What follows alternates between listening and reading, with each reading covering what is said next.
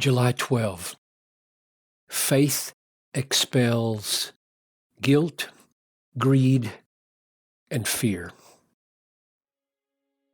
The aim of our charge is love that issues from a pure heart and a good conscience and a sincere faith. 1 Timothy 1:5. Paul is aiming at love, and one of the essential sources of this great effect is sincere faith. The reason faith is such a sure source of love is that faith in God's grace expels from the heart the sinful powers that hinder love. If we feel guilty, we tend to wallow in self-centered depression and self-pity, unable to see, let alone care about, anyone else's need. Or we play the hypocrite to cover our guilt and so destroy all sincerity in relationships, which makes real love impossible. Or we talk about other people's faults to minimize the guilt of our own, which love does not do. So, if we're going to love, the destructive effects of guilt must be overcome.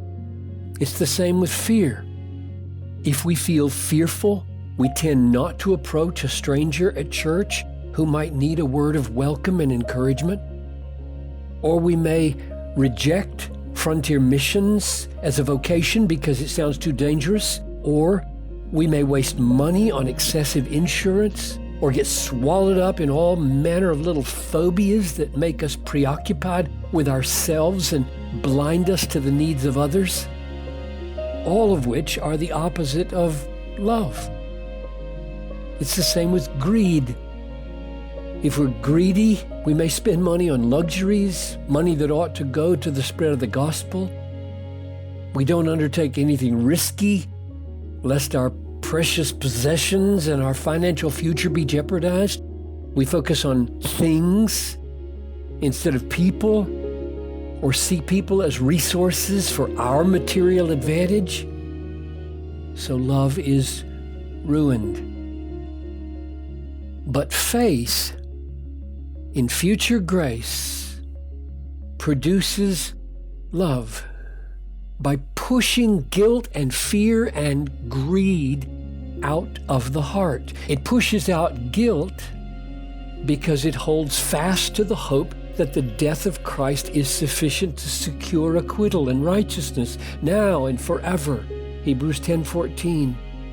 It pushes out fear because it banks on the promise, "Fear not, I am with you. I will strengthen you. I will help you. I will uphold you with my righteous right hand." Isaiah 41:10. It pushes out greed because it is confident that Christ is greater wealth than all the world can offer. Matthew 13:44. So, when Paul says the aim of our charge is love that issues from sincere faith, he is speaking of the tremendous power of faith to overcome all the obstacles to love. When we fight the fight of faith, the fight to believe the promises of God that kill guilt and fear and greed, we are fighting for love.